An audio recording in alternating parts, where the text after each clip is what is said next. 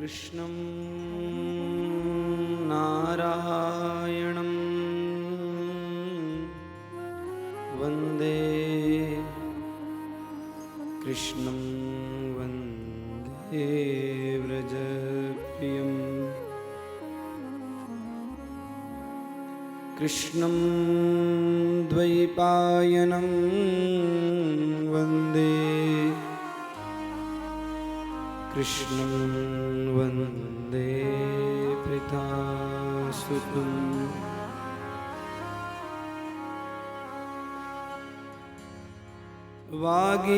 वागीशायस्य वदने लक्ष्मीर्यस्य च वक्षसि यस्यास्ते हृदये संवित् तं नृसिंहमहं भजे। श्यामा प्यारी कुंज बिहारी जय श्री हरिदास दुलारी श्यामा प्यारे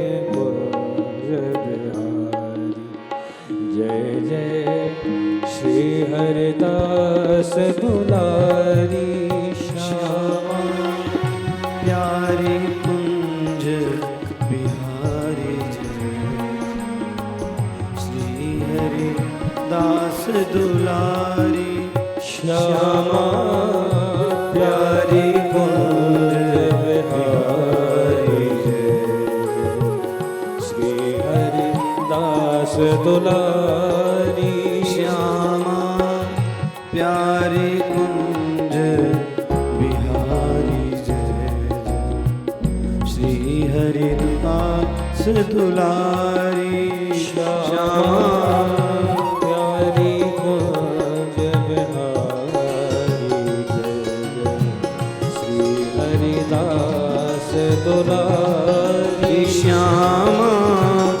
श्यामा प्यारी कुंज बिहारी श्री हरिदास दुलारी श्यामा प्यारी कुंज बिहारी श्री हरिदास दुलारी श्यामा प्यारी कुंज बिहारी जय श्री हरिदास दुलारी श्यामा प्यारी कुंज बिहारी जय जय श्री हरिदास दुलारी श्री हरिदास दुलारी श्यामा श्री हरिदास दुलारी श्यामा श्री हरिदास दुलारी श्यामा श्री हरिदास दुलारी श्यामा प्यारी कुंज बिहारी जय श्री हरिदास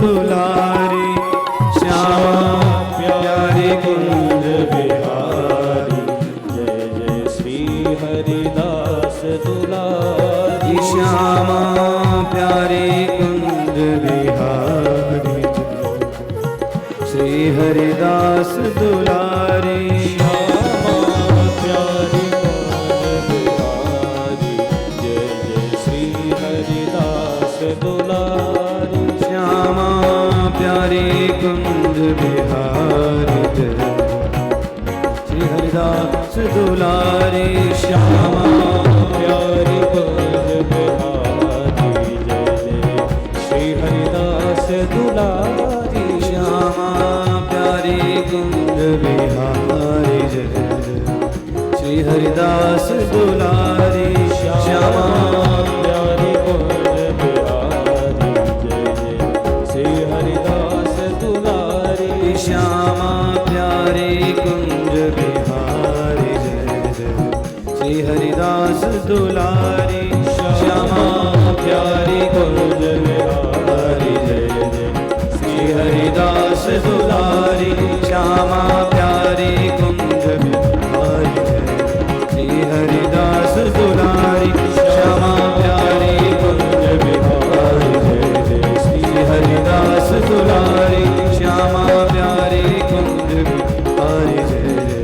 श्री हरिदास दुलारी श्यामा प्यारी कुंज बिहारी श्री हरिदास दुलारी श्यामा प्यारी कुंज बिहारी जय जय श्री हरिदास दुलारी श्यामा प्यारी कुंज बिहारी जय जय श्री हरिदास दुलारी श्यामा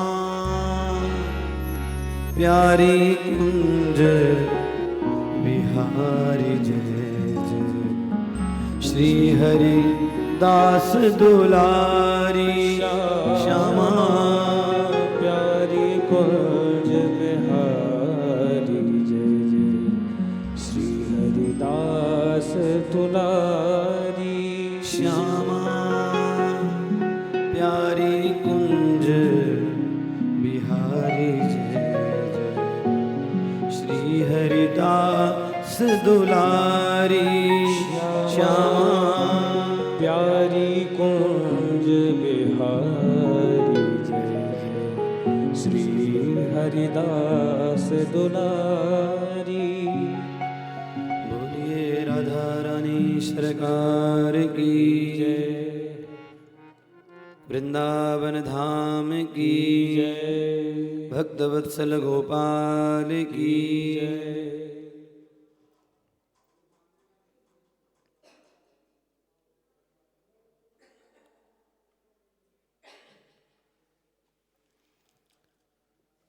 परम मंगल में भगवान राधा वल्लभ लाल की महती कृपा करुणा से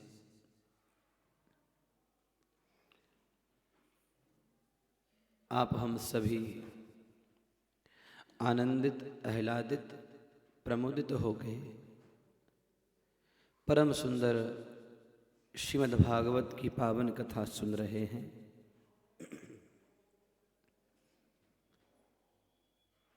इस संसार सागर से तरने का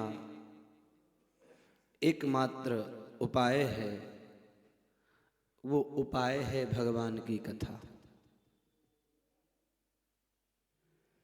भगवान की कथा सुन के, भगवान के भक्तों के चरित्र को सुन के हम इस संसार सागर को पार कर सकते हैं। ये संसार को सागर कहा गया है। सागर को पार करने के लिए एक जहाज की आवश्यकता होती है, एक नौका की आवश्यकता होती है। तो ये भागवत नौका है। इस नौका में बैठ करके हम भव सागर को पार पा सकते हैं। और मन में ये भावना रखते हुए, यही भाव बनाते हुए कि हम संसार सागर से पार जाना चाहते हैं, इसीलिए भगवान ने कृपा और करुणा करके हमें ये भागवत रूपी नौका प्रदान की है। हमारे संत कहते हैं, शास्त्र कहते हैं, पुराण कहते हैं, इस पूरे ब्रह्मांड में अगर कोई जपने के लिए है, कोई स्मरण करने के लिए है तो कौन है? तो कहते हैं कि भजवे को दो ही सुघर के हरि के हरिदास। भजने के लिए, चिंतन करने के लिए अगर कोई हैं तो दो लोग हैं, या तो भगवान या फिर भगवान के दास।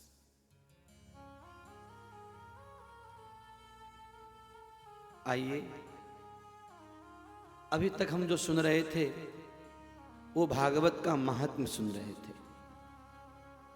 और हमने उस महात्म्य में ये सुना भक्ति ज्ञान वैराग्य का कष्ट दूर हो गया और धुंधुकारी जैसा पापी भी परम पावनी भागवती कथा को सुनकर के मुक्त हो गया। अगर धुंधुकारी जैसा पापी भागवत की कथा को सुनकर के मुक्त हो सकता है तो सज्जनों, हम तो उतने पापी नहीं हैं। हमने तो किसी की हिंसा नहीं की है, हमने तो मदिरा का सेवन नहीं किया है, तो हमारा कल्याण हो ही जाएगा। ये मन में भावना रखते हुए बड़े प्रेम से कथा सुनिएगा। सर्वप्रथम कह रहे हैं, भागवत का मंगलाचरण कर रहे हैं, और मंगलाचरण में इस मंगलाचरण की विशेषता यह है, इस मंगलाचरण में किसी का नाम नहीं लिया। भागवत का मंगलाचरण कर रहे हैं पर बिना नाम लिए। भाई किसी की प्रशंसा करते हैं, स्तुति करते हैं, तो उसका नाम तो लेते ही है ना। लेकिन यहां पर नाम नहीं ले रहे हैं, केवल विशेषताएं बता रहे हैं। सबसे पहले कह रहे हैं, जन्माद्यस्य यतोऽन्वयादितरतश् चार्थेष्वभिज्ञः स्वराट् तेने ब्रह्म हृदय आदिकवये मुह्यन्ति यत्सूरयः तेजो वारिमृदां यथा विनिमयो यत्र त्रिसर्गो मृषा धाम्ना स्वेन सदा निरस्तकुहकं सत्यं परं धीमहि। जन्माद्यस्य, ये भागवत का जो पहला श्लोक है मंगलाचरण का, इसमें कह रहे हैं जन्माद्यस्य यतः, जन्म आदि और अस्य, अर्थात जो इस जगत को बनाता है और जो इस जगत का पालन करता है और जो इस जगत का नाश कर देता है। बनाने वाला, पालन करने वाला और नष्ट करने वाला एक ही है। जिसने बनाया, जिसने पालन किया और जिसने नष्ट किया।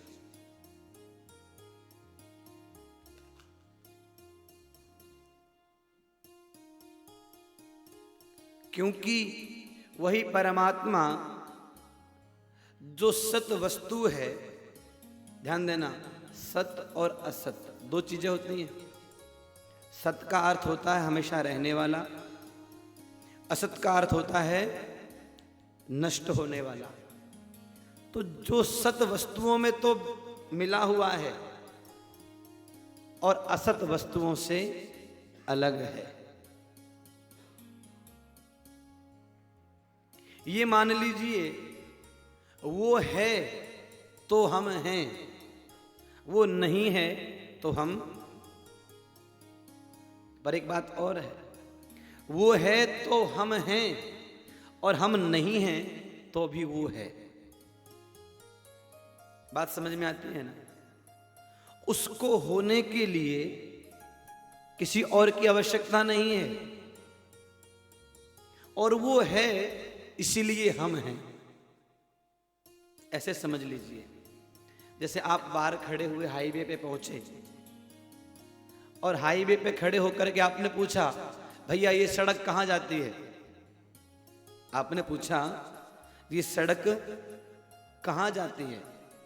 तो सामने बुद्धिमान व्यक्ति था, उसने कहा ये कहीं नहीं जाती, ये सड़क जहां है वहीं रहती है, आपको कहां जाना है? ध्यान दिया? अच्छा बताओ, सड़क जाती है कि? पर पूछते क्या हैं हम? ये सड़क। तो बुद्धिमान व्यक्ति यही कहेगा कि भैया सड़क तो कहीं भी नहीं जाती, आपको कहां जाना है? एक बात और ध्यान देना, सड़क है, सड़क है इसीलिए तो जाना है। इसीलिए आना है। सड़क होने के कारण ही तो हम जा सकते हैं और आ सकते हैं। अगर मार्ग ना हो तो क्या हमारा आना जाना होगा? बोलिए ना। मार्ग है इसीलिए हमारा आना भी है और जाना भी है। बस इतनी बात को मन में धारण कर लीजिए, वो परमात्मा है, उस परमात्मा की सत्ता के कारण ही हमारा आवागमन होता है। आवागमन का अर्थ जानते हैं? हाँ, आवागमन का अर्थ है जन्मना और मरना। आप ये मानते हो कि नहीं कि जन्म और मृत्यु है? मानते हैं? जब तक जन्म नहीं होता तब तक मृत्यु नहीं होती, और जब तक मृत्यु नहीं होती तब तक जन्म नहीं होता।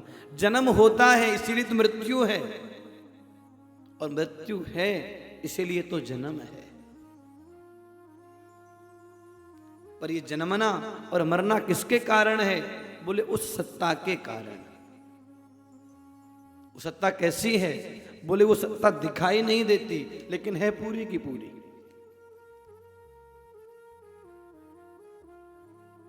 उस सत्ता को होने के लिए किसी और की आवश्यकता नहीं है। जब कोई नहीं था, जब कोई नहीं था तब भी वो था, और जब कोई नहीं रहेगा तब भी वो रहेगा। और जो अपनी महिमा के कारण, अपनी माया के, अपनी सत्ता के कारण उसको प्रकाशित होने के लिए किसी और की आवश्यकता नहीं है, बल्कि वो ही अपने संकल्प से ब्रह्मा जी को ज्ञान करा देते हैं चारों वेदों का। तेने ब्रह्म हृदय आदि कवये मुह्यन्ति यत् सूरयः। जिसकी माया के कारण बड़े बड़े ज्ञानी, बड़े बड़े अमलात्मा जन मोहित हो जाते हैं। कैसे मोहित हो जाते हैं? आप कभी हाईवे पे चले होंगे गाड़ी पे बैठ के, तो आपने देखा होगा कि सामने पानी भरा हुआ है, लगता है कि नहीं?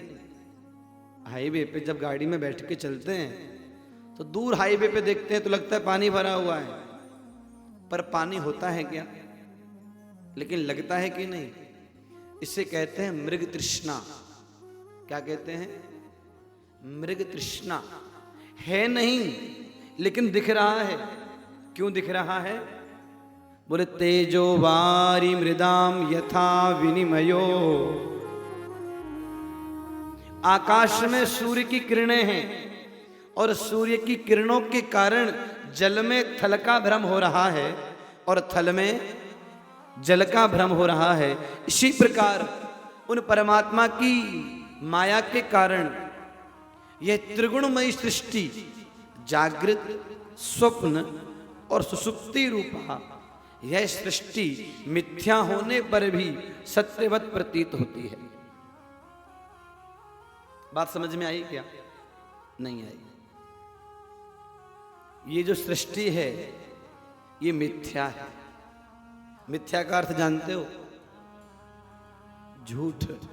जल नहीं है फिर भी जल दिखाई दे रहा है। ये क्या है? ये मिथ्या है।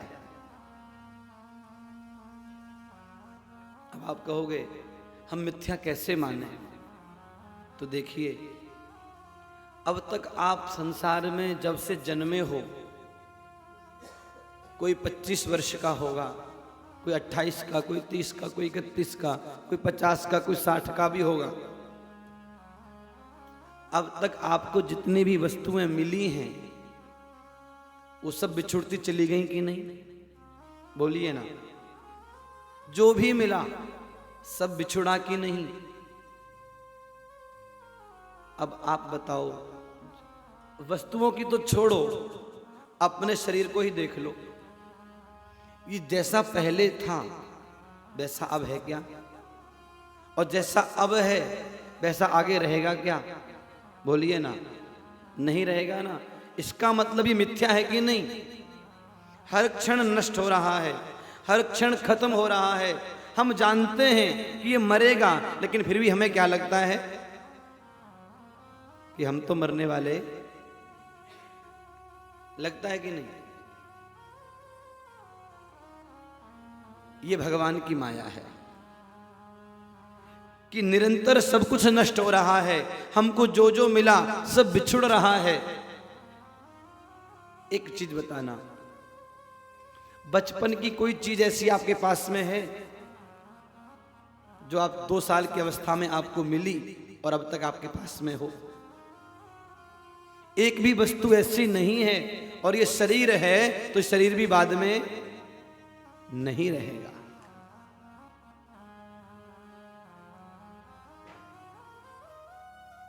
आश्चर्य की बात ये, उनकी माया के प्रभाव से कि संसार हमें सत्यवत प्रतीत होता है, लेकिन जो हम हैं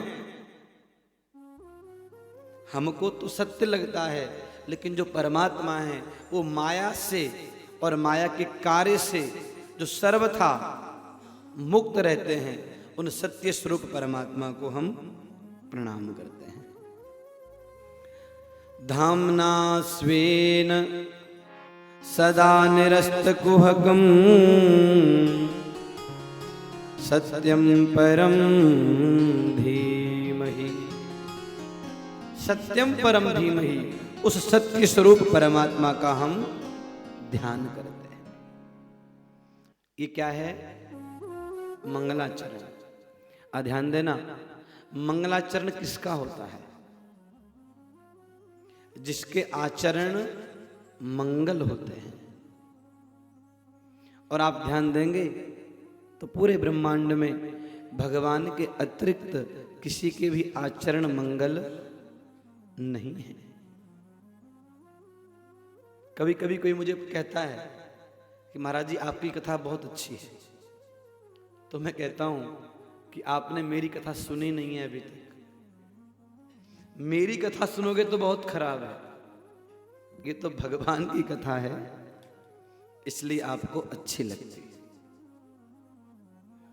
और वस्तुतः संसार के लोगों की कथा तो घटिया ही होती है।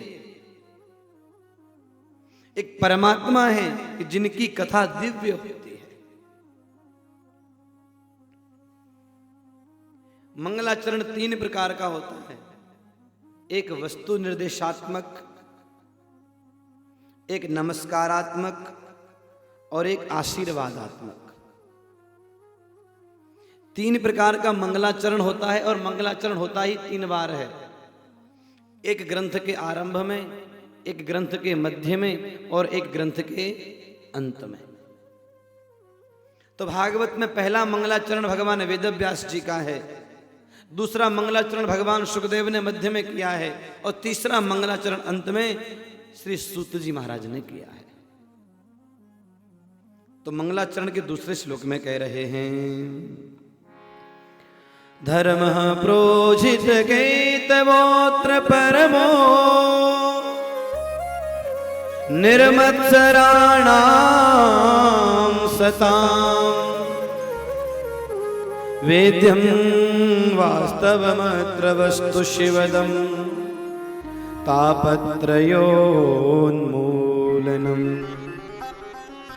श्रीमद्भागवते महामुनिकृते किं वा परैरीश्वरः सत्यो हृदयवरुध्यतेऽत्र कृतभिः शुश्रूषुभिस्तत्क्षणात्।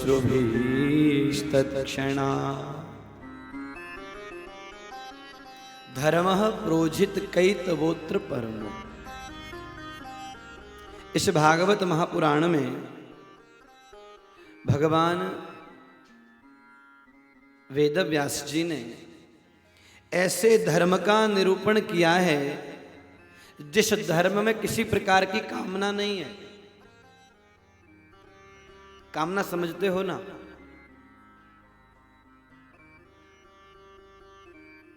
निर्मत्सरता। निर्मत्सर का अर्थ है कि हम भगवान को धोखा देते हैं। देते हैं कि नहीं? बोलिए ना कि हे प्रभु, अब की बार मेरा रिजल्ट आने वाला है, उसमें पास करवा देना, मैं आपके नाम पे 500 रुपए का प्रसाद चढ़ाऊंगा। ये क्या है? ये ईर्ष्या, ये भगवान के साथ में व्यवसाय, ये भगवान को रिश्वत देना ही तो हुआ। आप पास करवा देना, हम 500 रुपए का प्रसाद, बोलते हो कि नहीं? ये काम कर देना, ये करूंगा, इतना कर देना, मैं ये करूंगा। अर्थात भगवान के साथ में भी हम व्यवसाय करते हैं। और भागवत में किसकी प्रधानता है? बोले भागवत में तो इसकी प्रधानता है कि भागवत को सुन के, भागवत को पढ़ के अपने मोक्ष की भी इच्छा नहीं करना, कि भगवान मेरा कल्याण हो जाए, इसकी भी लालसा नहीं करना। हम धर्म के बदले में कुछ चाहते हैं कि नहीं? बोलिए, धर्म करके कुछ इच्छा करते हैं। पर भागवतकार कह रहे हैं धर्म करके कुछ लेने की भावना नहीं करना। और भागवत की महिमा तो इतनी है कि आप मुंबई में अपने घर बैठे हुए थे और अचानक से आपके मन में इच्छा हुई कि हम भागवत कराएंगे, और मालूम चला कि ये चेतवानी परिवार है ना, चेतवानी परिवार कथा करा रहे हैं। ये भावना मन में आई, आपके मन में इच्छा हुई कि मैं भी कथा सुनने जाऊंगा अथवा जाऊंगी, लेकिन किसी कारणवश आपका कथा में आना नहीं हुआ। आपने घर में बैठे बैठे ये इच्छा कर ली कि मैं कथा सुनने जाऊंगी अथवा जाऊंगा। ये मन में भावना करते ही क्या हो जाएगा? तो मैं नहीं कह रहा हूं, भागवत में लिखा है, सद्यो हृदय वरुध्यते त्रिकृतभी शुश्रूषुभिस्तत्क्षणात्। आपके मन में भागवत की कथा सुनने की इच्छा होते ही आपके हृदय में आकर के भगवान बैठ जाएंगे। और आपको मालूम है हमारे जो बांके बिहारी हैं, भगवान कृष्ण हैं, ये 3 जगह से टेढ़े हैं कि नहीं? पहले तो गर्दन टेढ़ी, फिर कमर टेढ़ी, और फिर बाद में चरण टेढ़े। अब टेढ़े होने के कारण ये जिसके हृदय में चले जाते हैं अंदर तो प्रवेश कर जाते हैं, लेकिन टेढ़े हैं ना, अंदर जाके फिर ये फंस जाते हैं और फिर बाहर नहीं निकल पाते। श्रीमद्भागवते महामुनि कृते किं वा परैरीश्वरः सद्यो हृदयवरुध्यते त्रिकृतभिः शुश्रूषुभिस्तत्क्षणात्। भागवत सुनने की भावना करते ही भक्त वत्सल भगवान हृदय में आकर के बैठ जाते हैं। निगम कल्पतरोर गलितम फलम शुक मुखाद मृत द्रव संयुतम पिबत भागवतम रसमालयम मुहुरहो रसिका भुवि भावुका। भागवत क्या है? भगवान शुकदेव कह रहे हैं ये भागवत वेद रूपी कल्प वृक्ष का पका हुआ फल है। किसका? वेद रूपी कल्प वृक्ष का पका हुआ फल है। निगम कहते हैं वेद को, कल्पतरु अर्थात वृक्ष, निगम वेद रूपी कल्प वृक्ष का पका गलितम फलम, पका हुआ फल। तो प्रश्न यह उठेगा कि महाराज पका हुआ फल जब वृक्ष से नीचे गिरता है तो वो फूट जाता है, फूटता है कि नहीं? इसीलिए आपने देखा होगा कि जो माली होते हैं वो फल को पकने से पहले ही तोड़ लेते हैं, फिर दवाइयों से पकाते हैं। तो ये भागवत वेद रूपी कल्प वृक्ष का पका हुआ फल है, ये जब गिरा होगा तो फूट गया होगा। व्यास जी कह रहे हैं नहीं, ये फूटा नहीं है, क्योंकि ये फल सीधे नीचे नहीं गिरा। सबसे पहले भगवान नारायण के मुख से ये फल टपका तो ब्रह्मा जी में आके अटका। अटका मतलब समझते हो ना, ब्रह्मा जी ने कैच किया। ब्रह्मा जी से जब ये फल टपका तो नारद जी में आके अटका, और नारद जी से फल टपका तो व्यास जी में आके अटका, और व्यास जी से जब ये फल टपका तो सुखदेव जी में आके अटका, और सुखदेव जी के माध्यम से सारे संसार को ये फल पीने को मिल गया। अब दूसरी बात कि महाराज बहुत बार हमने देखा है, हमने फल खरीदा, फल एकदम पका हुआ है, बढ़िया लाल लाल दिखाई दे रहा है, लेकिन वो फल मीठा नहीं होता। होता है क्या? नहीं। खरीद के लाए तो सोचा था पका हुआ मीठा होगा, लेकिन वो मीठा नहीं होता। तो ये भागवत मीठा है कि नहीं, इसकी कोई गारंटी है क्या? तो व्यास जी कह रहे हैं इसकी बहुत बड़ी गारंटी है। फल मीठा है कि नहीं, इसकी पहचान कैसे होती है? आप बगीचे में जाना कभी, आम के बगीचे में, और आप देखना जिस फल में तोते ने अपनी चोंच लगा दी होगी वो फल मीठा ही होगा। इसमें दो बातें हैं कि तोता उसी फल में चोंच लगाता है जो फल मीठा होता है, अथवा तोता जिस फल में चोंच लगा देता है वो फल मीठा हो जाता है। तो भागवत में भी एक तोता ने चोंच लगाई है। किसने? तो कह रहे हैं शुक मुखाद मृत द्रव संयुतम। शुक किसको कहते हैं? शुक कहते हैं तोता को। तो भागवत में भी शुकदेव रूपी तोता ने अपनी चोंच लगाई है, इसलिए फल तोते के संयोग होने के कारण बहुत मीठा हो गया है। पिबत भागवतम रसमालयम। ये तो विचित्र बात है महाराज, आप कह रहे हो कि इस रस को पियो, इस फल को पियो, और मैं जानता हूं कि फल तो खाने की वस्तु है, पीने की वस्तु है क्या? बोलिए ना। तो आप फल को पीने के लिए क्यों कह रहे हो? पिबत भागवतम रसमालयम।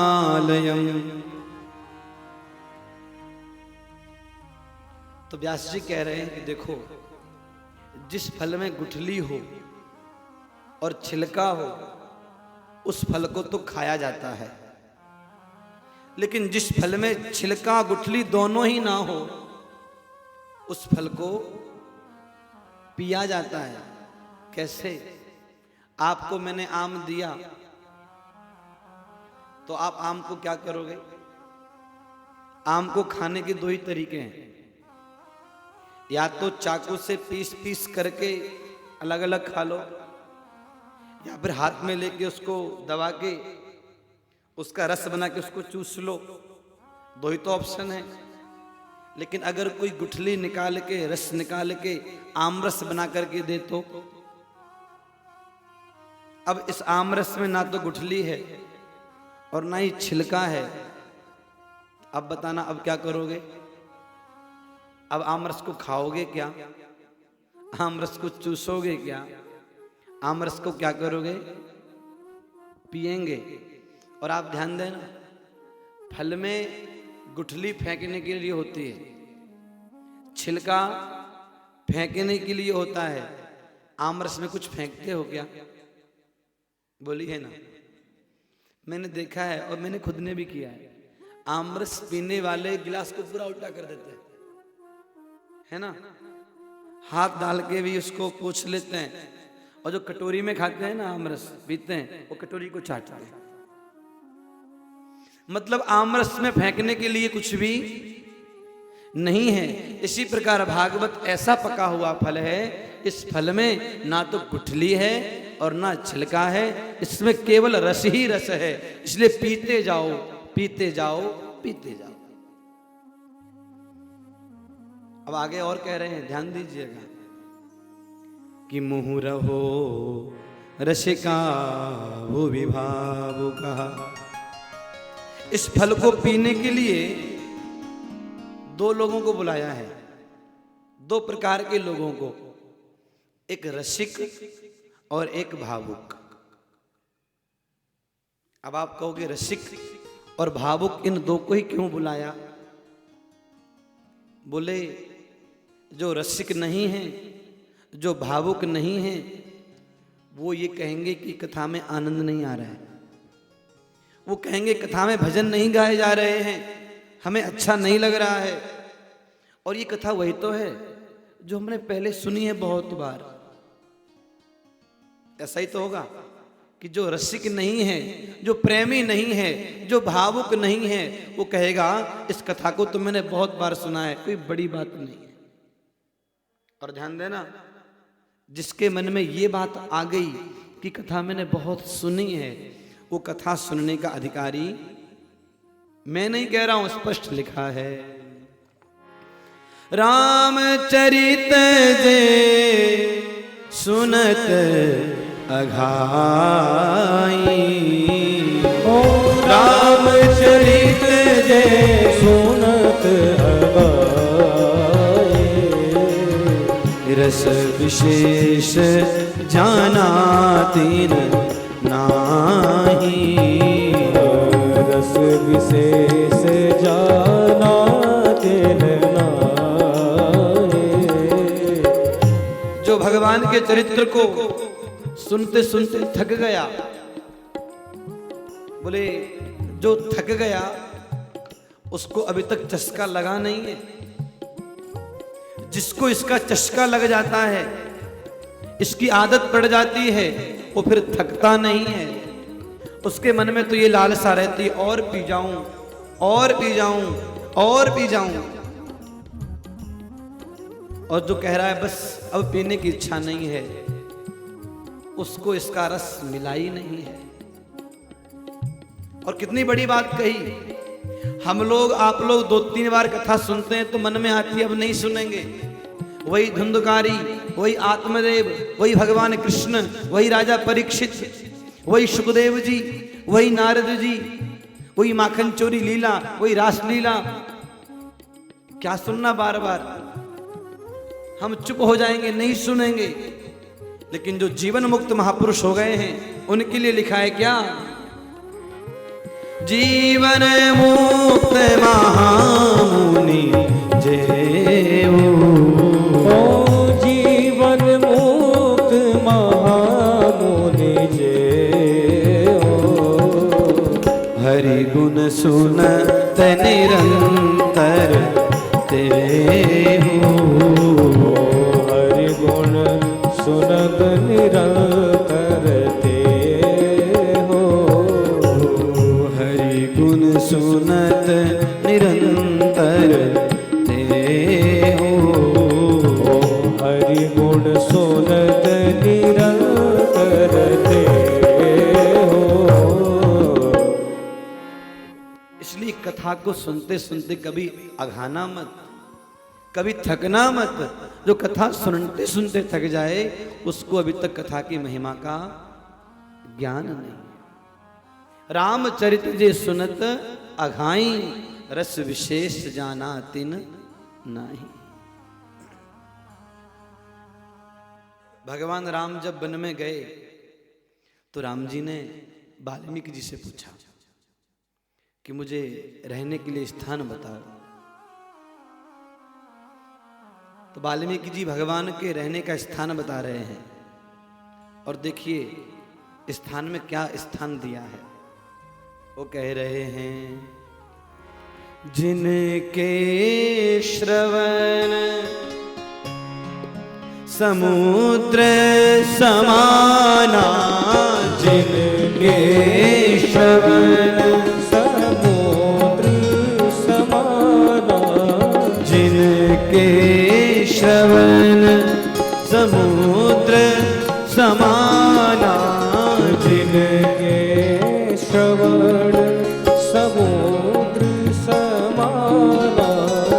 कथा तुम्हारी सुभग सरी नाना। कथा तुम्हारी सुभग सरी नाना। भरहि निरंतर होहि न पूरे। भरहि निरंतर होहि न पूरे। तिनके हिय तुम कहो गृह दूरे। तिनके हिय तुम कहो गृह दूरे। वाल्मीकि जी से पूछा तब वाल्मीकि जी ने कहा, हे प्रभु, जिनके श्रवण समुद्र समाना, जिनके कान है ना समुद्र के समान हैं, आप उनके हृदय में बैठ जाएं।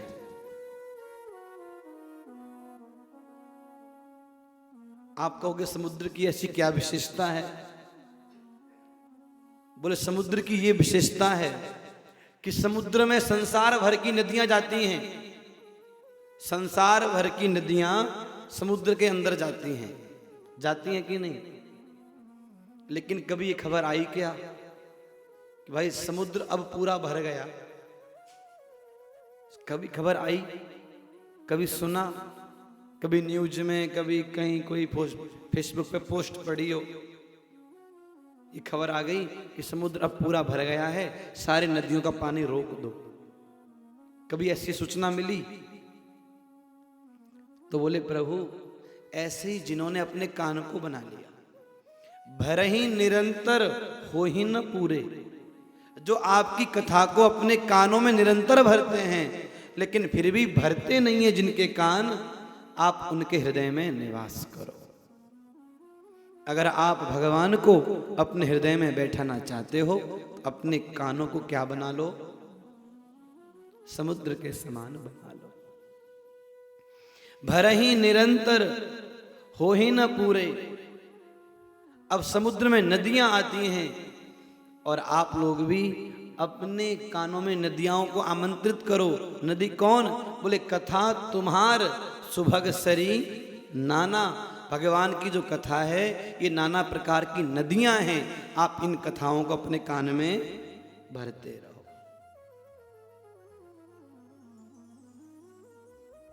इसीलिए उसको बुलाया जो रसिक है, जो भावुक है। जो रसिक है, जो भावुक है, जो प्रेमी है, वो कभी ये नहीं कहेगा अब मेरी सुनने की इच्छा नहीं है।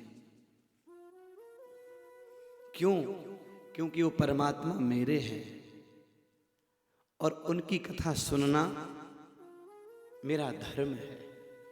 जैसे एक माँ अपने बालक के गुणों को सुनती है, अथवा जैसे किसी कन्या की सगाई हो गई हो, विवाह नहीं, सगाई, तो जब उस कन्या की सगाई हो जाती है, मानो किसी राजेश नाम के लड़के से किसी कन्या की सगाई हो गई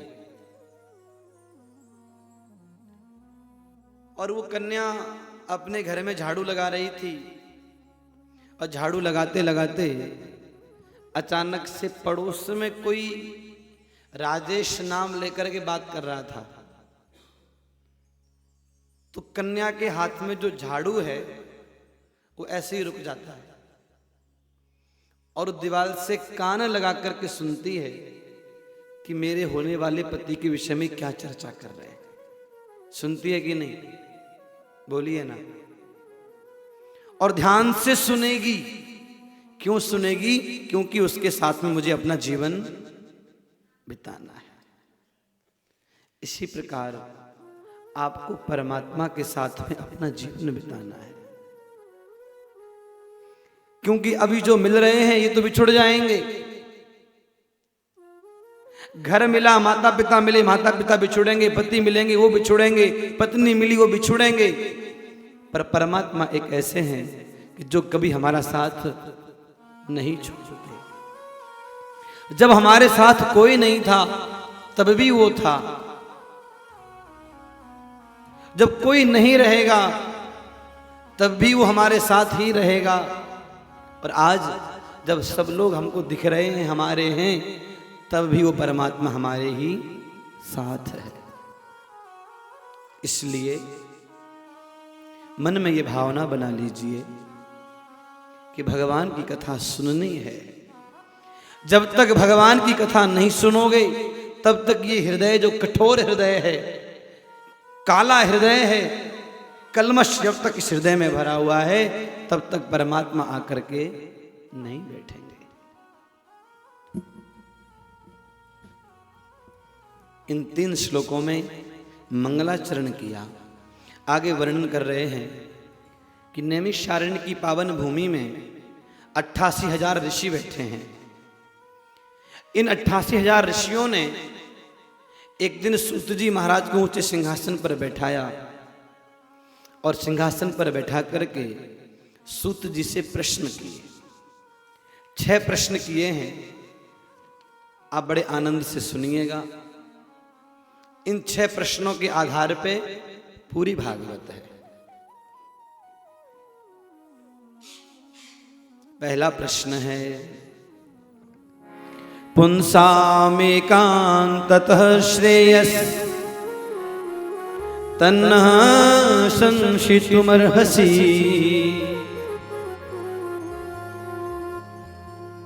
पहला प्रश्न कि प्राणी मात्र का कल्याण कैसे हो। दूसरा प्रश्न, शास्त्र बहुत से हैं, शास्त्र बहुत से हैं और मनुष्यों के पास में टाइम बहुत थोड़ा है। कितना थोड़ा है बताऊं?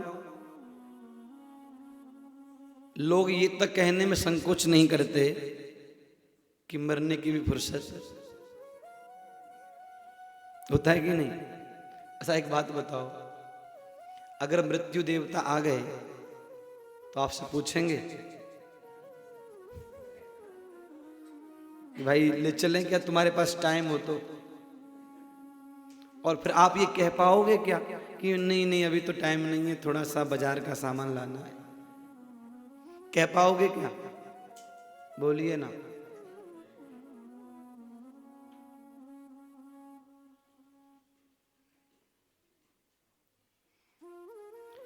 इसीलिए कह रहे हैं कि शास्त्र बहुत से हैं और मनुष्य के पास में समय बहुत थोड़ा है। इसलिए आप कृपा करके ये बतलाओ कि सारे शास्त्रों का सार क्या है। कितने प्रश्न हो गए? ध्यान से सुनिएगा। तीसरा प्रश्न, यदि भगवान सर्वसमर्थ हैं, जगदीश्वर हैं, तो अवतार क्यों लेते हैं? अगर भगवान दुष्टों को मारने के लिए अवतार लेते हैं तो परमात्मा सर्वसमर्थ कैसे हुए? वो अपने वैकुंठ में बैठे बैठे भी तो दुष्टों का संहार कर सकते हैं।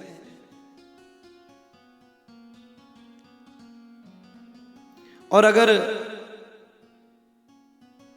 दुष्टों को मारने के लिए आते हैं तो फिर वो सर्वसमर्थ नहीं है। इसलिए आप हमें बताएं भगवान का जन्म क्यों होता है? कितने प्रश्न हो गए? 3। चौथा प्रश्न, यदि भगवान ने अवतार लिए तो कितने लिए, कहां कहां और किस किस रूप में लिए? इसमें एक बात ध्यान देना, यहां पर प्रश्न किया कि भगवान वसुदेव और देवकी के पुत्र बनकर के क्यों आए। देवक्यां वसुदेवस्य जातो यस्य चिकीर्षया। इसमें ध्यान देने की बात यह है, राम जी के विषय में नहीं पूछा, वराह भगवान के विषय में नहीं पूछा, नरसिंह भगवान के विषय में नहीं पूछा, मत्स्य के विषय में नहीं पूछा, भगवान कृष्ण के विषय में ही पूछा। भगवान कृष्ण के कितने अवतार होते हैं, यदुवंश में अवतार लेके क्यों आए? क्योंकि इस अवतार में बड़ा रहस्य है। क्या रहस्य है? कि जब तक ये भगवान मथुरा में हैं तब तक इनके माता पिता कौन है? वसुदेव और यही परमात्मा जब गोकुल में आ जाते हैं तो इनके माता पिता बदल जाते हैं, माता यशोदा और नंद हो जाते हैं। और ये परमात्मा जब मथुरा में रहते हैं तो इनकी पूजा होती है। और यही परमात्मा जब गोकुल में आ जाते हैं तो सखा इनके साथ में कुश्ती खेल करके इनको पटक देते हैं।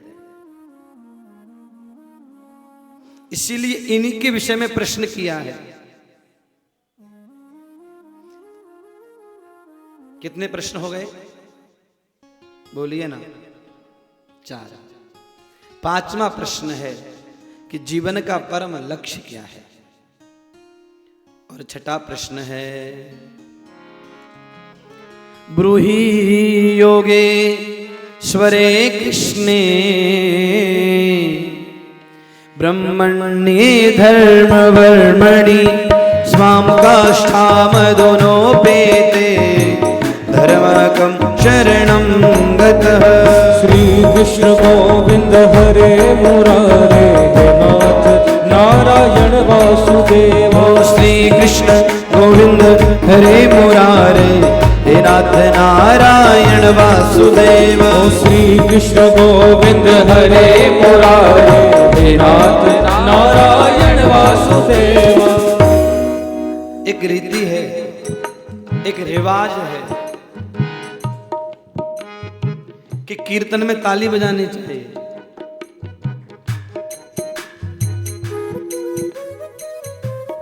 ताली बजाने से क्या होगा? तो एक संत कहते हैं कि हमारे हाथ में बहुत सी खराब रेखाएं हैं जो हमें दिखती नहीं है, दिखती है तो हम जानते भी नहीं किस रेखा का क्या अर्थ है। अगर कीर्तन में ताली बजाएंगे तो जो हमारी बुरी रेखाएं वो मिट जाएंगी और अच्छी रेखाएं अपने आप आ जाएंगी। और दूसरी बात, ताली बजाने का काम किसका है? आपने ट्रेन में देखा होगा कौन बजाता है ताली? बोलिए ना। कौन?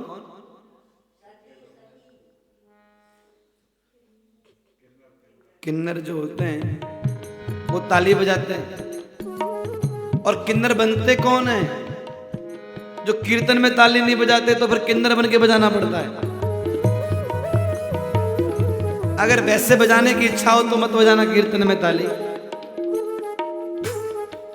इसलिए प्रेम से यहां ताली बजाओ तो फिर आनंद ही आनंद।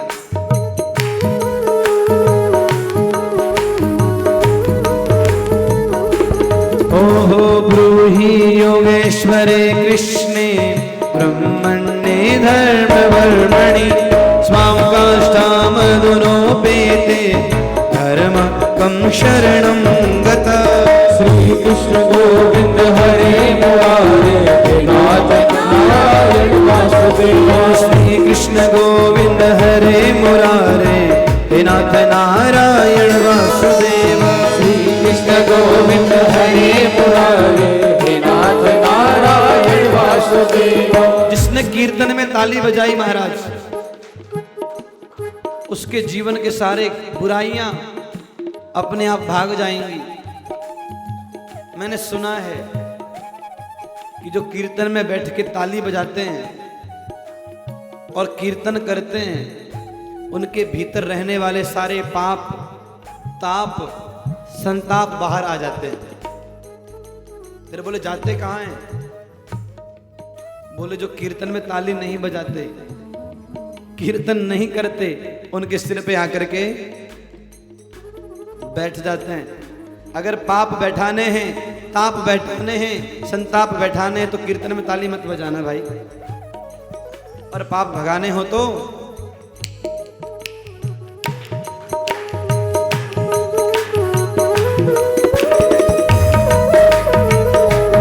ओहो ब्रूहि योगेश्वरे कृष्णे ब्रह्मण्ये धर्मवर्मणि स्वां काष्ठामधुनोपेत धर्मकं शरणं गतः। श्री कृष्ण गोविंद हरे मुरारे हे नाथ नाथ नारायण वासुदेव। श्री कृष्ण गोविंद हरे मुरारे हे नाथ नारायण वासुदेव। श्री कृष्ण गोविंद हरे मुरारे हे नाथ नारायण वासुदेव। हे नाथ नारायण वासुदेव। हे नाथ नारायण वासुदेव। हे नाथ नारायण वासुदेव। हे नाथ नारायण वासुदेव। ओ श्री कृष्ण गोविंद हरे मुरारे नाथ नारायण वासुदेव। श्री कृष्ण गोविंद हरे मुरारे हे नाथ नारायण वासुदेव। हे नाथ नारायण वासुदेव। हे नाथ नारायण वासुदेव। हे नाथ नारायण वासुदेव। हे नाथ नारायण वासुदेव। हे नाथ नारायण वासुदेव। नारायण वासुदेव। हे नाथ नारायण वासुदेव। हे नाथ नारायण। छठा प्रश्न है अंतिम प्रश्न कि जब योगेश्वर भगवान धरती पर आते हैं और प्रजा का धरती के लोगों का कल्याण करते हैं, सुख देते हैं, धर्म की स्थापना करते हैं, और वो परमात्मा जब धर्म की स्थापना करके चले जाते हैं तो धर्म किसकी शरण में जाता है? स्वाम काष्ठा मधुनोपेते धर्मः कम शरणम गतः। ये सुनते ही सूत जी ने जब ये प्रश्न सुने सनकादिक ऋषियों से तो सूत जी का हृदय गदगद हो गया और सूत जी कहते हैं, हे ऋषियों, आपके प्रश्न बहुत अच्छे हैं, इसलिए मैं आपके प्रश्नों का उत्तर देने से पहले अपने गुरुदेव को प्रणाम कर लेता हूं। और सूत जी के गुरुजी कौन है? भगवान शुकदेव। और प्रणाम कर रहे हैं सबसे पहले, कह रहे हैं, यम यम प्रव्रजन्तमनुपेतमपेत कृत्यम द्वैपायनो विरह का तर आजुहाव पुत्रेति तन्मयतया तरवोऽभिनेदो तं सर्वभूत हृदयं मुनिमानतोऽस्मि। यम प्रव्रजन्तम अनुपेतम अपेत कृत्यम, जो मां के गर्भ में 12 वर्ष तक रहे और मां के गर्भ से बाहर निकले और निकलती वन में जाने लगे। सबसे पहले ये सुनिए कि सुखदेव जी मां के गर्भ में गए क्यों। ये सुखदेव जी हैं, इनको किसने प्रकट किया है? श्री राधा रानी ने।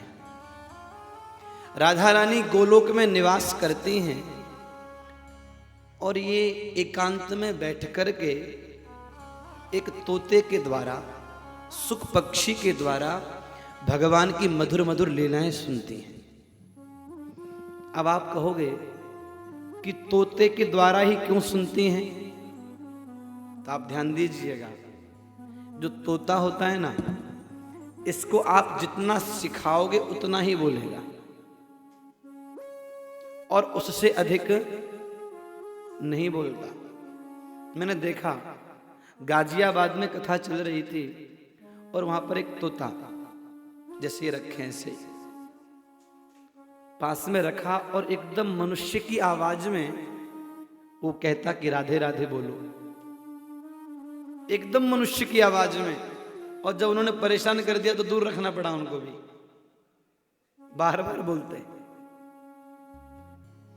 तो तोते की आदत होती है, आप जितना सिखाओगे उतना ही बोलेगा, अपने मन से वो कुछ भी नहीं कहता।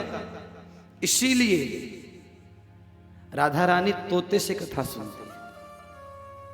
लिखा है, क्या लिखा है? लीला सघोषो वृषभानुजाया पवित्रम चंचो प्रिय चुंबनेन। श्री राधा रानी ने इस शुक पक्षी को जन्म दिया और जब ये शुक कथा सुनाता है और कथा सुनते सुनते राधा जी भाव विभोर हो जाती हैं, आनंद मग्न हो जाती हैं, तब कहती है शुक पक्षी, हे शुक तूने इतनी सुंदर कथा सुनाई, इसके बदले में मैं तेरे को क्या दे दूं? इसके बदले में तुझे देने के लिए मेरे पास में कुछ भी नहीं है। तो क्या करती है मालूम है? उस तोते को अपने हाथ में उठा लेती है और पवित्रम चंचू प्रिय चुंबनेन, उस तोते की चोंच को अपने होठों से चूम लेती है कि तूने जो मुझे कथा सुनाई उसके बदले में ये दे सकती हूं और इसके बदले और कुछ नहीं दे सकती। और एक दिन श्री जी ने कहा कि तुम धरती पे चले जाओ और धरती पे जाकर के भगवान की कथा का विस्तार करो। इस शुक ने कहा कि हे माता जी, मैं धरती पर नहीं जाऊं। क्यों? कि धरती पे जो विष्णु की माया है वो मुझे पकड़ लेगी, और विष्णु की माया जिसको पकड़ लेती है उसको फिर छोड़ती नहीं है। इसलिए आप कृपा करके मुझे कहीं मत भेजो, अपने पास में ही रखो। राधा जी ने आश्वासन दिया कि विष्णु की माया तुम्हारा कुछ नहीं बिगाड़ पाएगी, मैं आश्वासन देती हूं। ठीक है। अमरनाथ में ये अयोनिज हैं, किसी मां के गर्भ से जन्म नहीं लिया है, ये सीधे ही एक अंडे के रूप में अमरनाथ में प्रकट हो गए। इधर एक दिन नारद जी घूमते घूमते कैलाश के शिखर पे पहुंचे और सीधे ही भीतर चले गए माता पार्वती के पास। पार्वती जी ने पूछा, बेटा नारद, आजकल तुम आते नहीं हो। नारद जी ने कहा, मैया आजकल मैंने बाहर घूमना बंद कर दिया।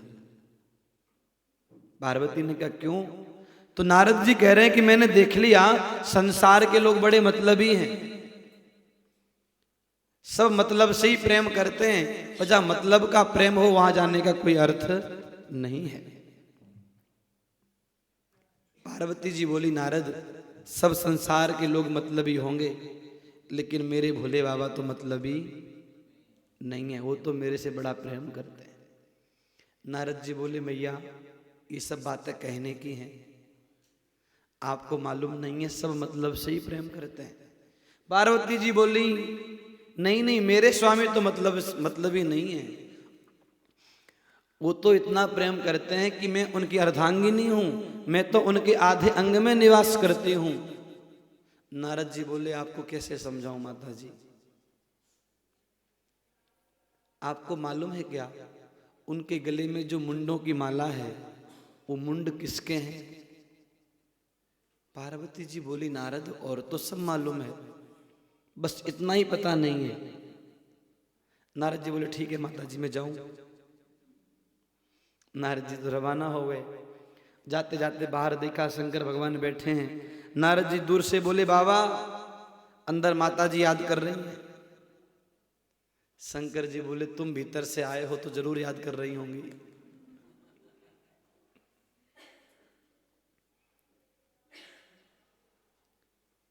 शंकर जी गए और आज क्या देखा, हमेशा मुस्कुरा के स्वागत करने वाली, अभिवादन करने वाली माता पार्वती मुंह फुला करके बैठी है।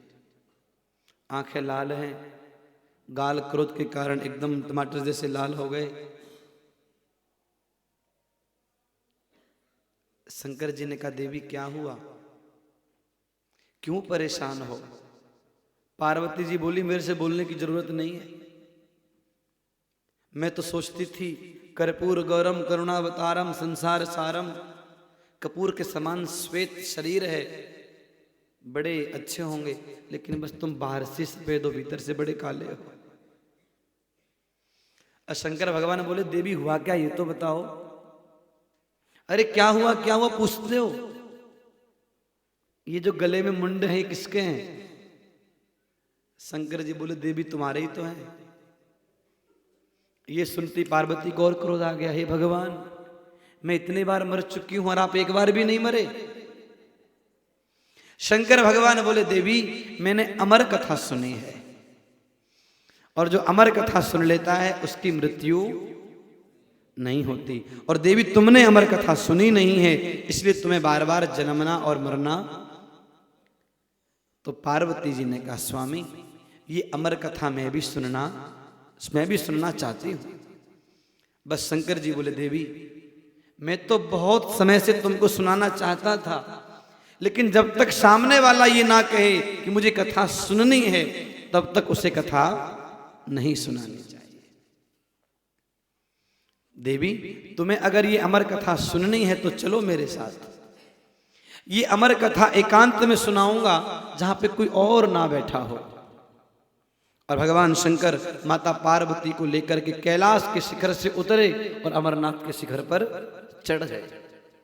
अमरनाथ में जाकर के सुंदर कथा का आयोजन किया और कथा में कहा कि पार्वती तू बीच बीच में हुकारा भरते रहना। क्या जानते हो ना हुकारा भरना? हाँ जानते हो कि नहीं? जैसे रात्रि में घर की पुराने समय की बात बताता हूं। घर में लोग सोते थे, एक ही घर में 5-6 लोग बिस्तर बिछा के रात में, और लाइट तो होती नहीं थी। तो उसमें से कोई एक कहानी सुनाता, बाकी सब लोग सुनते, तो सब लोग हुकारा भरते रहते जिससे मालूम चले कि सोए नहीं है, और उससे फिर सुनाने वाले को और अच्छा लगता है।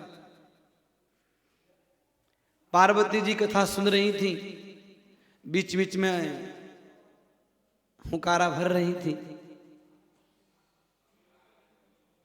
और वो जो सुख पक्षी है वो शंकर भगवान के सिंहासन के पीछे ही बैठा हुआ था। कथा सुनते सुनते उसका अंडा फूट गया, कथा सुनते सुनते वो बड़ा हो गया, कथा सुन रहा है, और कथा सुनते सुनते सुनते सुनते माता पार्वती जी को लग गई समाधि। नींद नहीं आई, ध्यान देना, नींद तो हम लोगों को आती है। और क्यों आती है बता दूं क्या? ज्यादा खा के आते हो इसलिए। ज्यादा खा के बैठोगे तो नींद तो आएगी ना। और फिर मैंने कई लोग देखा कि ऐसे नींद में ऐसे हो जाते हैं, उनको जगाओ ना तो गुस्सा करता है, मैं ध्यान से सुन रहा हूं।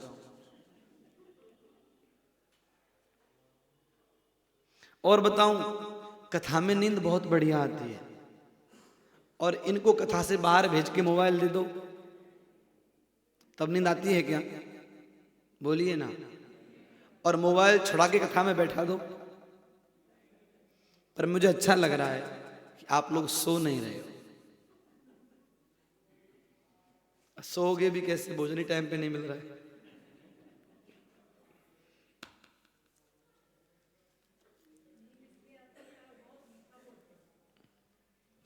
कमी हमारी है।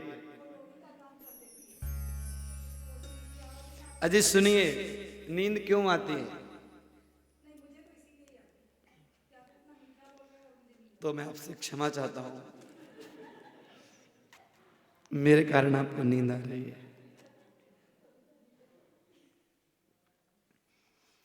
भगवान राम ने जब कुंभकर्ण को मार दिया तो कुंभकर्ण की पत्नी है जिसका नाम है निद्रा देवी, वो राम जी के पास गई और जाकर के बोली कि मैं आपसे बदला लूंगी। राम जी ने कहा भैया हम स्त्रियों के साथ में युद्ध करते नहीं। निद्रा देवी ने कहा मैं भी ऐसे सामने युद्ध करने नहीं आई हूं, मैं तो पीछे से बदला लूंगी। कैसे? बोले जहां पे आपकी कथा होगी, भागवत होगी, वहां पर चली जाऊंगी, और जो लोग ध्यान से सुन रहे होंगे उन्हीं के माथे पर बैठ जाऊंगी, और वो आपकी कथा सुनने से वंचित हो जाएंगे। आपकी कथा ध्यान से नहीं सुनेंगे तो मेरा काम बन जाएगा। अब ध्यान देना, अगर राम जी के पक्ष में हो, किसके पक्ष में?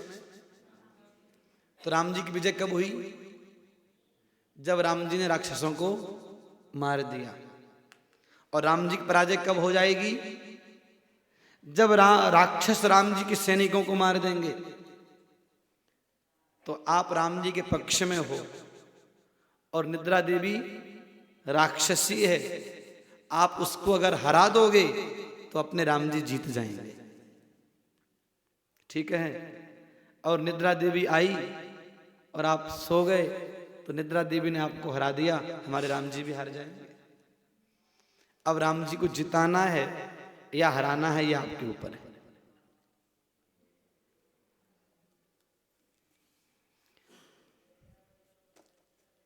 पार्वती जी को समाधि लगी और जैसी समाधि लगी, समाधि लगते ही हुंकारा भरना बंद हो गया।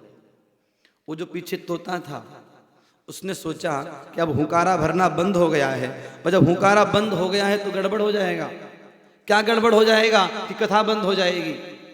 जब आप सब लोग सो जाओगे तो मैं क्या करूंगा बताओ? कथा करूंगा क्या? मैं कहूंगा ये लोग सो गए तो अपने भी सो जाओ। खरबूजा को देख के तो खरबूजा रंग बदलता है। लेकिन आप लोग सो जाओगे तो भी मैं नहीं सोऊंगा, क्योंकि मैंने सुना है, शास्त्रों में पढ़ा है कि जहां भगवान की कथा होती है तत्रैव गंगा यमुना त्रिवेणी गोदावरी सिंधु सरस्वती च सर्वाणी तीर्था निवसन्ति तत्र यत्राच्युतोदार कथा प्रसंगाः। जहां भगवान की कथा होती है वहां पर सारे तीर्थ निवास करते हैं। सूर हरि कथा होत है जहां सकल तीर्थन को वासो तहां। यमुना सिंधु सरस्वती आवे गोदावरी विलंब न लावे। जहां भगवान की कथा होती है वहां पर सारे तीर्थ निवास करते हैं। अस्तु। तो वो सुख पक्षी हुंकारा भरने लगा। जब कथा विश्राम हो गई, जयकारा हो गया, तब पार्वती जी की समाधि टूटी और पार्वती जी ने कहा कि मैंने कथा वहां तक सुनी है। तो शंकर जी बोले जब तुम बीच में नहीं सुन रही थी तो हुंकारा किसने भरा? शंकर जी ने चारों तरफ देखा, वो तोता दिखाई पड़ा पीछे। अरे दुष्ट, तूने चोरी से कथा सुनी है। नियम है कि भागवत की कथा कभी चोरी से नहीं सुननी चाहिए। भागवत की कथा में कभी व्यास जी की तरफ पैर करके नहीं बैठना चाहिए। भागवत की कथा में कभी व्यास जी से ऊंचा आसन नहीं लगना चाहिए। भागवत की कथा में कभी पीछे बैठ के कथा, पीछे बैठ के चोरी से बेईमानी से कथा नहीं सुननी चाहिए। और ऐसा कहकर के भगवान शंकर उसको मारने के लिए त्रिशूल लेकर के दौड़े।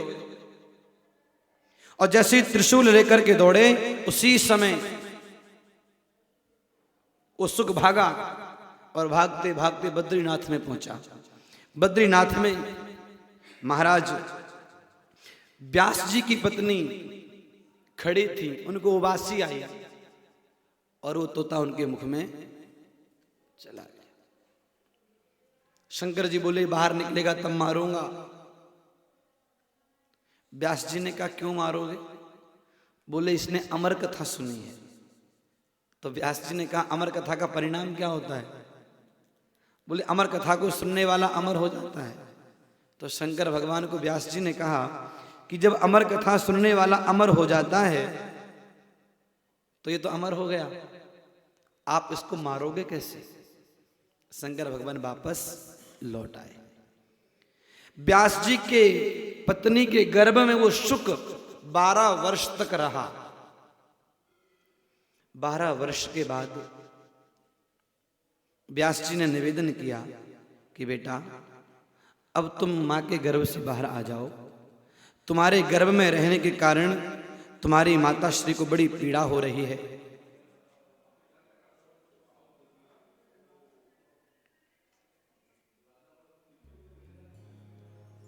शुक ने कहा मैं बाहर नहीं आऊंगा, क्योंकि विष्णु की जो माया है वो पकड़ लेगी, और जब विष्णु की माया पकड़ लेगी तो हम बंध जाएंगे। भगवान ने आश्वासन दिया, चिंता मत करो, विष्णु की माया तुम्हारा कुछ नहीं बिगाड़ पाएगी। इस प्रकार से जब आश्वासन दिया तब सुखदेव जी बाहर निकले और मां के गर्भ से बाहर आते ही सीधे वन में चले गए। अभी तक नामकरण संस्कार नहीं हुआ, यज्ञोपवीत संस्कार नहीं हुआ, लौकिक और वैदिक कर्मों के अनुष्ठान का समय भी नहीं आया। मां के गर्भ से बाहर आते ही सीधे वन में चले गए और पीछे से व्यास जी चिल्ला रहे हैं, बेटा बेटा बेटा। लेकिन सुखदेव जी नहीं रुके, सीधे वन में चले गए। और सुखदेव जी की तरफ से वृक्षों ने उत्तर दिया। किसने उत्तर दिया? वृक्षों ने।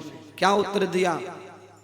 कि हे व्यास जी, हम वृक्ष हैं, हम जड़ हैं, हमारे अंदर जब फल लगते हैं, मीठे मीठे फल, हम खुद नहीं खाते, हमारे फल दूसरे खाते हैं। इसी प्रकार आप संत हैं, आपका जो ये फल है अर्थात आपका जो पुत्र है ये आपका फल है, इसको आप अपने पास में रोकने की चेष्टा मत करो, आप इसको समाज के लिए जाने दो।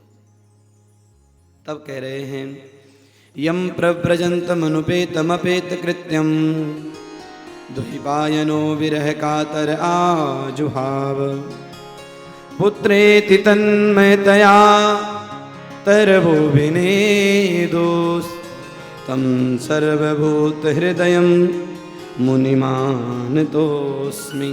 बोले सबके हृदय में विराजमान श्री सुखदेव जी को हम प्रणाम करते हैं। आगे कह रहे हैं, नारायणं नमस्कृत्य नरं चैव नरोत्तमं देवीं सरस्वतीं व्यासं ततो जयमुदीरये। हे ऋषियों, तुमने जो प्रश्न किया कि प्राणी मात्र का कल्याण कैसे हो, पहला प्रश्न यही था ना, प्राणी मात्र का कल्याण कैसे हो। हे ऋषियों, प्राणी मात्र का कल्याण केवल और केवल भगवान की भक्ति करने से ही हो गया। और भक्ति कैसी होनी चाहिए तो इसका वर्णन करते हुए श्री सूत जी महाराज कह रहे हैं, सवै पुंसाम परो धर्मो यतो भक्तिरदोक्षजे हेतुक्य प्रतिहता ययात्मा संप्रसीदति। श्री कृष्ण गोविंद हरे मुरारे, हे नाथ नारायण वासुदेव। सवै पुंसाम परो धर्मो यतो भक्ति हृदोक्षजे अहेतुक्य प्रतिहता ययात्मा संप्रसीदति। श्री कृष्ण गोविंद हरे मुरारे, हे नाथ नारायण वासुदेव। श्री कृष्ण गोविंद हरे मुरारे, हे नाथ नारायण वासुदेवा। ओम श्री कृष्ण गोविंद हरे मुरारे, हे नाथ नारायण वासुदेवा।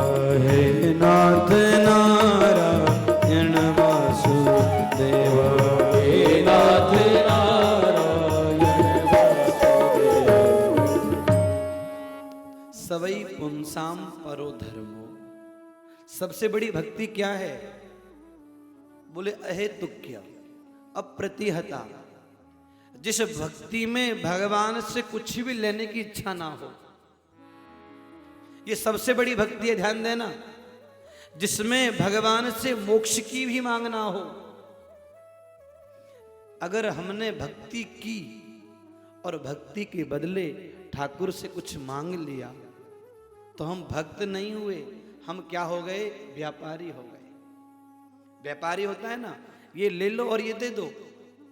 भक्ति करके भगवान से कुछ याचना की, भगवान से कुछ मांगा तो हम व्यापारी हैं, और व्यापारी भक्त नहीं होता। भगवान की भक्ति ऐसी हो, बोले अहेतुक्य, बिना हेतु की, अप्रतिहता, जिसमें किसी प्रकार की कोई मांग ना हो, कोई कामना ना हो। किसकी कामना ना हो? बोले प्रभु हमें मोक्ष नहीं चाहिए, मुक्ति नहीं चाहिए, संसार का वैभव नहीं चाहिए।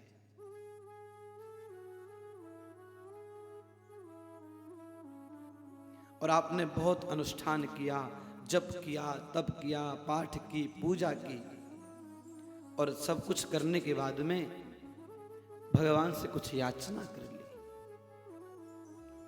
तो आपकी भक्ति सफल नहीं होगी।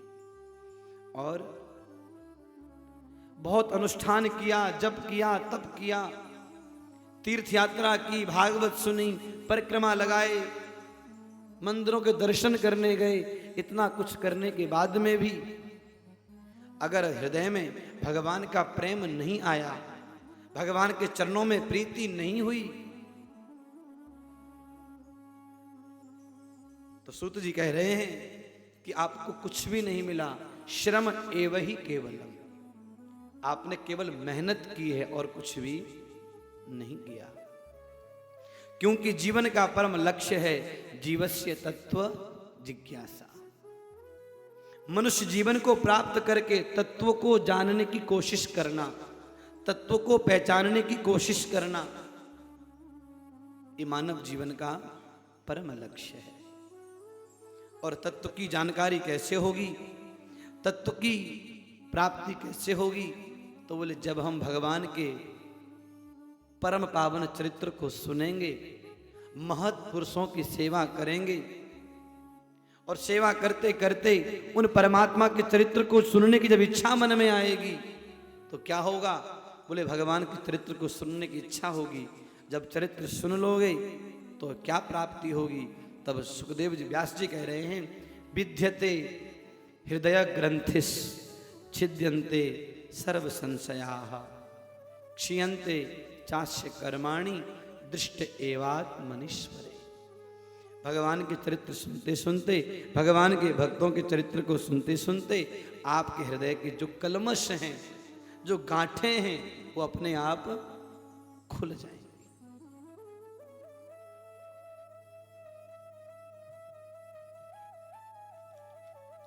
और हे ऋषियों, आप पूछते हो कि भगवान के अवतार कितने होते हैं? शास्त्रों की दृष्टि से, पुराणों की दृष्टि से भगवान के 24 अवतार होते हैं। तो फिर प्रश्न यह उठेगा कि अवतार 24 ही क्यों होते हैं? 23 भी तो हो सकते हैं, 15 भी तो हो सकते हैं, 25 भी तो हो सकते थे, 23 ही अवतार क्यों हुए? तो देखो, हमारे संत कहते हैं कि जो पेवर सोना होता है, खरा सोना, वो कितना कैरेट का होता है? बोलिए ना, 24 कैरेट का होता है। तो जो हमारे परमात्मा है वो एकदम खरा है, खरे सोना है, इनमें कोई मिलावट नहीं है। इसीलिए ये कितने कैरेट के हैं? मैं कथाओं में प्राय सुनाता हूं कि कई विधर्मी लोग हमारे सनातन संस्कृति की हंसी उड़ाते हैं, निंदा करते हैं, बुराई करते हैं। तो इसमें दुखी होने की बात नहीं है, परेशान होने की बात भी नहीं है। क्यों नहीं है? क्योंकि हमारे शास्त्रों में ये बात पहले ही लिख दी गई है। क्या? कि कलयुग में होने वाले लोग मां नहीं, मातु पिता नहीं देवा, माता पिता को नहीं मानेंगे, देवताओं को नहीं मानेंगे, साधुओं को नहीं मानेंगे, गाय ब्राह्मणों को नहीं मानेंगे। ये बात पहले लिखी हुई है और जो लिखा हुआ है वही सत्य हो रहा है। तो इससे हमारे को अपने शास्त्रों पे अभिमान होना चाहिए। हमारे शास्त्र एकदम सही हैं, इन्होंने पहले ही लिख दिया।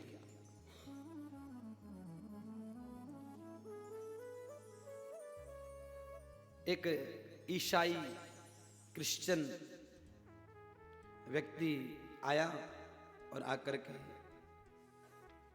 एक हिंदू को बोला कि तुम लोग कहते हो कि तुम्हारे भगवान हैं, ये हैं, वो हैं, ये सब फालतू की बातें हैं। भगवान तो तुम्हारे हैं ही नहीं, भगवान तो हमारे ही हैं केवल। कौन से? ईसा मसीह। तो हिंदू ने कहा भैया ऐसा नहीं है, हमारे भी ठाकुर हैं, हमारी भी सनातन संस्कृति है। तो ईसाई बोला कि देखो, अगर तुम्हें यकीन नहीं हो रहा है तो परीक्षा करके देख लो। परीक्षा? तो हिंदू ने कहा भाई कर लो परीक्षा। तो परीक्षा हो रही है। जो क्रॉस चिन्ह होता है क्या, वो लकड़ी का बनता है और अपने हनुमान जी की मूर्ति पत्थर की। तो उसने कहा कि अगर तुम्हारे भगवान होंगे तो बच जाएंगे और हमारे भगवान होंगे तो हमारे बच जाएंगे। तो उसने दोनों को पानी में छोड़ दिया, लकड़ी को भी और हनुमान जी की मूर्ति को भी। हनुमान जी पत्थर की मूर्ति वो डूब गई और वो क्रॉस चिन्ह जो ईसाई वो तैरने लगा। तो वो क्या कह रहा है ईसाई क्रिश्चियन कि देखा हमारे भगवान असली हैं, इसलिए अपने आप को बचा लिया, और तुम्हारे भगवान नकली हैं इसलिए डूब गए। सनातन संस्कृति कमजोर तो नहीं है, लेकिन यहां पर वो डूब गए। तो वो व्यक्ति बोला कि भाई देखो, हमारे यहां पर जल परीक्षा नहीं होती, हमारे यहां पर अग्नि परीक्षा होती है। तो अग्नि परीक्षा करके देख लो। अग्नि परीक्षा में जो पास हो जाए उसी के भगवान असली हैं। तो महाराज लकड़ी का क्या हुआ होगा सोच लो। आग लगती ही एक लकड़ी में, पत्थर का कुछ बिगड़ने वाला था नहीं। अपने जो परमात्मा हैं वो एकदम पूरे हैं, कोई मिलावट नहीं है। देखो लकड़ी को क्रॉस चिन्ह बनाने के लिए आपको लकड़ी जोड़नी पड़ेगी। जोड़नी पड़ेगी कि नहीं? बोलिए ना। तब तो क्रॉस चिन्ह बनेगा, मतलब मिलावट हो गई। कील ठोकनी पड़ेगी तभी तो क्रॉस चिन्ह बनेगा, मतलब मिलावट। और जो पत्थर की प्रतिमा बनती है, एक ही पत्थर की पूरी बन जाती है, कि मिलावट होती है क्या? बोलिए ना। तो हमारे परमात्मा में कहीं भी मिलावट, इसलिए जो मिलावट करने वाले उनसे सावधान। तो परमात्मा के कितने रूप हैं? 24 तो शास्त्रों में लिखा है, पर प्रेमियों ने भगवान को जो बनाया है, भगवान वो बन गए। एक नहीं, दो नहीं, मीरा के गिरधर कहलाए, सूर के श्याम कहलाए, और नरसी के सांवल सा कहलाए। तब कह रहे हैं, हो प्रेमियों ने जो बनाया बन गए, प्रेमियों ने जो बनाया बन गए, प्रेम के बंधन में मोहन बंध गए, बंधन में मोहन बन गए। ओ प्रेम के बंधन में मोहन बंध गए, ओ प्रेम के बंधन में मोहन बन गए।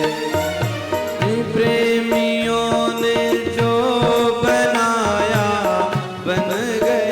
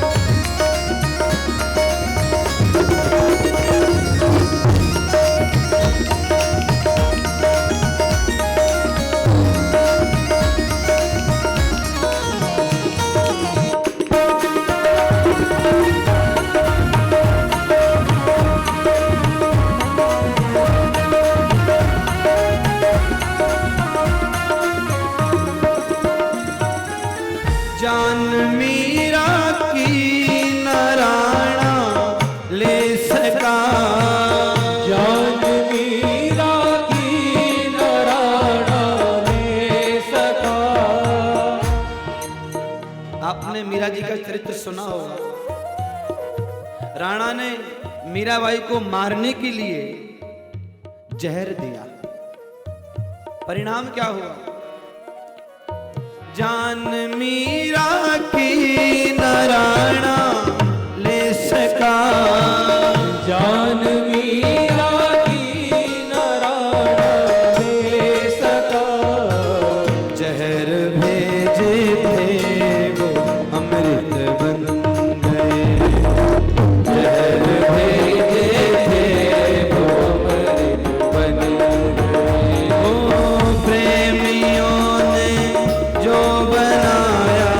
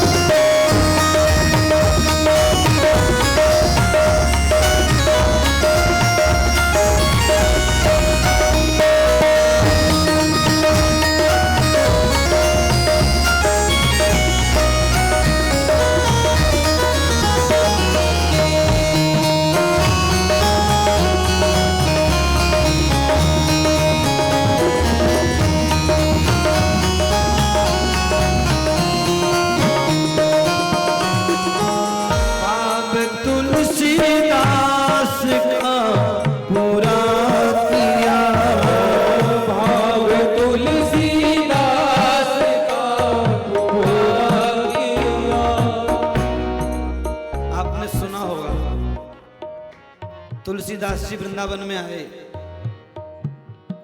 और ठाकुर के मंदिर में पहुंच गए, राधा कृष्ण के मंदिर में। सब लोग प्रणाम कर रहे थे, तुलसीदास जी ने प्रणाम नहीं किया। तुलसीदास जी ने कहा कहूं छवि आपकी, भले पधारे नाथ, तुलसी मस्तक तब नवे, जब धनुष बाण ले हाथ। आप बंसी बजा रहे हो, मैं प्रणाम नहीं करूंगा, मैं तो राम जी का भक्त हूं, धनुष बाण हाथ में ले लो, प्रणाम कर लूंगा। जैसे ही कहा तो भगवान ने क्या किया, तो देखिए,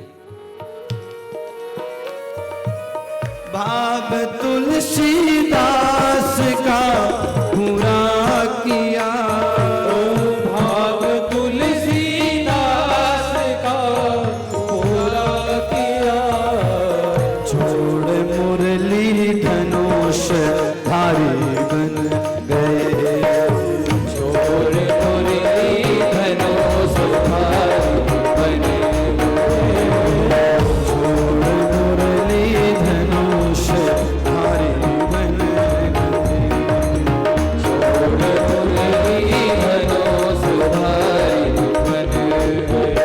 ओ प्रेमियों ने जो बनाया बन गए, प्रेमियों ने जो बनाया बन गए, प्रेम के बंधन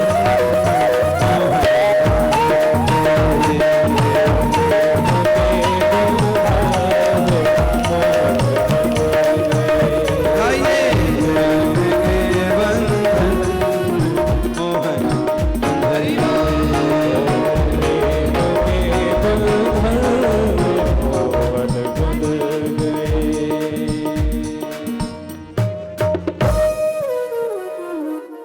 आप लोग गा लेते हो क्या? हाँ, गाना आता है? थोड़ा थोड़ा आता होगा तो पीछे पीछे गाओ। जान मीरा की न राणा ले सका,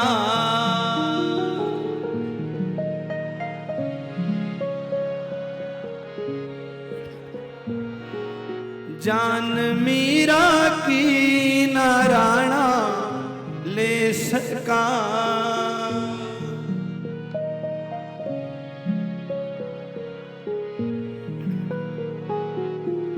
जहर भेजे थे वो अमृत बन गए,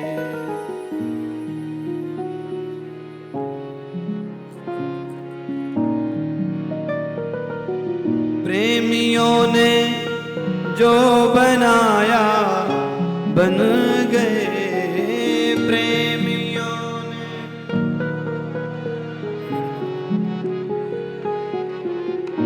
प्रेम के बंधन में मोहन बंध गए।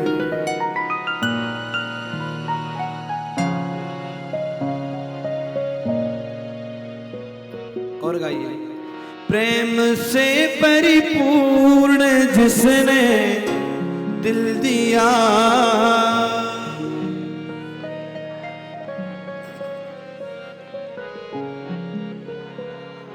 प्रेम से परिपूर्ण जिसने दिल दिया,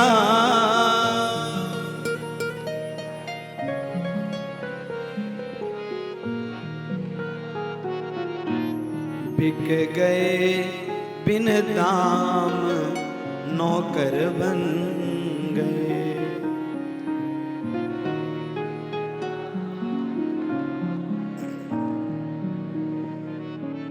प्रेमियों ने जो बनाया बन गए, प्रेमियों ने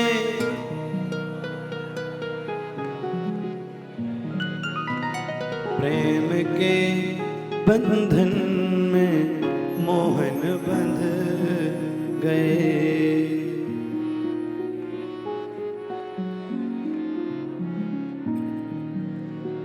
अर भात नरसिंह भक्त का तुमने भरा।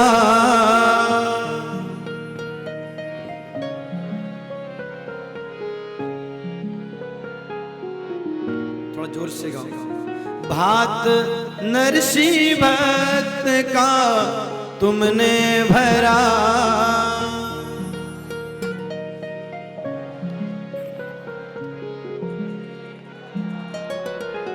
वृंदावन के सेठ सामल बन गए।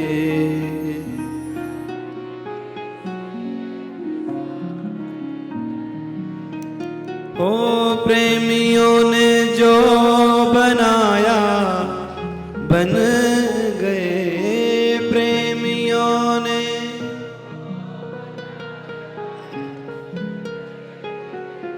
प्रेम के बंधन में मोहन बंध गए।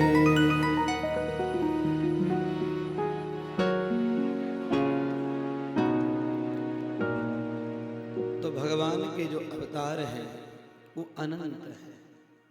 ये तो जब व्यास जी ने 18 पुराण लिखे, ये तब की रचना है कि भगवान ने 24 अवतार लिए। इसके बाद में कलयुग में ना जाने कितने भक्तों ने कितने रूप में परमात्मा को प्रकट कर लिया। भगवान के 24 अवतार हैं। पहला अवतार ठाकुर का हुआ सनत कुमारों के रूप में। पहला सनत कुमार, दूसरा अवतार वराह, तीसरा देवर्षि नारद, चौथा नरनारायण, पांचवा कपिल देव, छठा दत्तात्रेय, सातवां यज्ञ भगवान, आठवां ऋषभ देव, नौवें हुए पृथु जी। 10वां अवतार भगवान का मत्स्य, 11वां कच्छप, 12वां धनवंतरी, 13वां मोहिनी, 14 नरसिंह, 15 वामन और 16 परशुराम।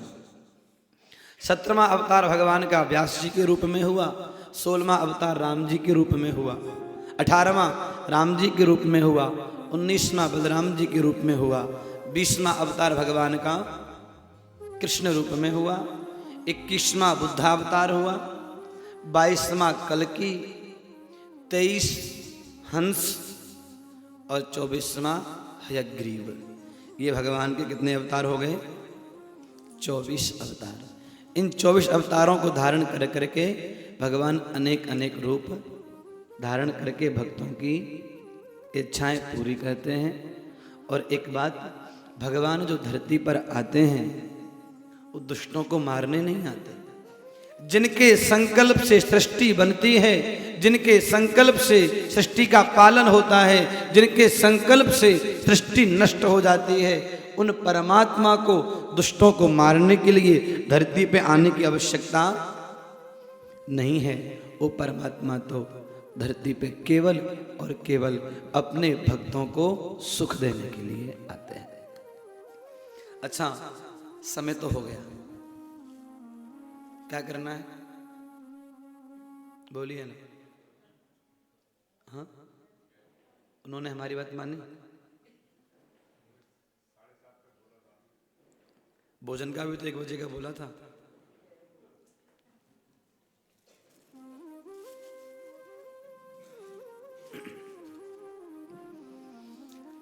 बोलिए भक्त वत्सल भगवान की जय।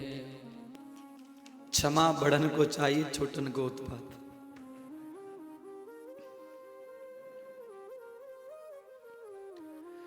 तो आज की कथा को यहां विराम देते हैं। कल सूत जी से शौनक जी पूछ रहे हैं कि व्यास जी ने भागवत महापुराण की रचना क्यों की, भागवत को क्यों लिखा, राजर्षि परीक्षित ने कथा को क्यों सुना और सुखदेव जी ने घरबार क्यों छोड़ा। ये सारा प्रसंग अपने कल कितने बजे सुनेंगे? अच्छा देखो, कल भोजन हो या ना हो, अपने 2 बजे बैठ जाएंगे, ठीक है कल, क्योंकि कथा छोड़ने का समय तो फिक्स है, तो शुरू का भी है ना। बोलिए भक्त वत्सल भगवान की जय। कल पुनः आप 1 बजे पधारे। और आगे की कथा का आनंद लें। अभी तो ये एक भूमिका ही बनी है कथा की। अब आगे जैसे जैसे बढ़ते जाएंगे अपार आनंद आप लूटते जाएंगे और कथा में ही आनंद है, इससे बाहर कहीं आनंद नहीं है। कृष्ण गोविंद गोविंद गोपाल नंद लाल, राधे गोविंद गोविंद गोपाल नंद लाल। कृष्ण गोविंद गोविंद गोपाल नंद लाल, राधे गोविंद गोविंद गोपाल नंद लाल। कृष्ण गोविंद गोविंद गोपाल नंद लाल, राधे गोविंद गोविंद गोपाल नंद लाल। कृष्ण गोविंद गोविंद गोपाल नंद लाल, राधे गोविंद गोविंद गोपाल नंद लाल।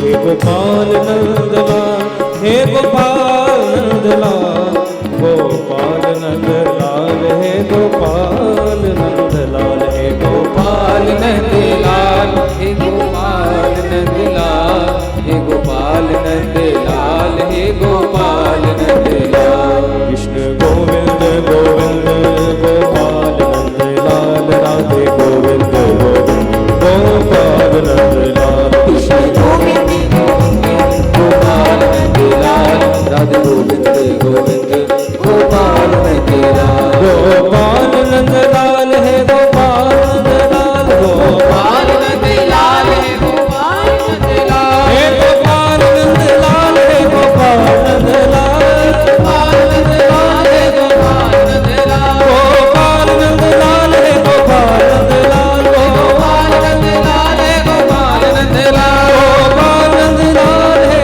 गोपाल नंद लाल।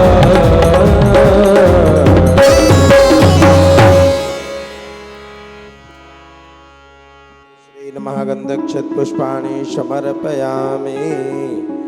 कर्पूरगौरं करुणावतारं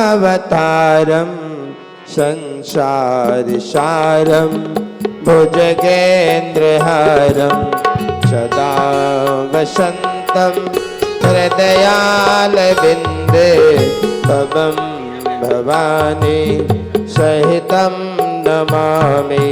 भवं भवानी सहितं नमामि। श्री भागवत भगवान की है आरती, पापियों को पाप से है तारती।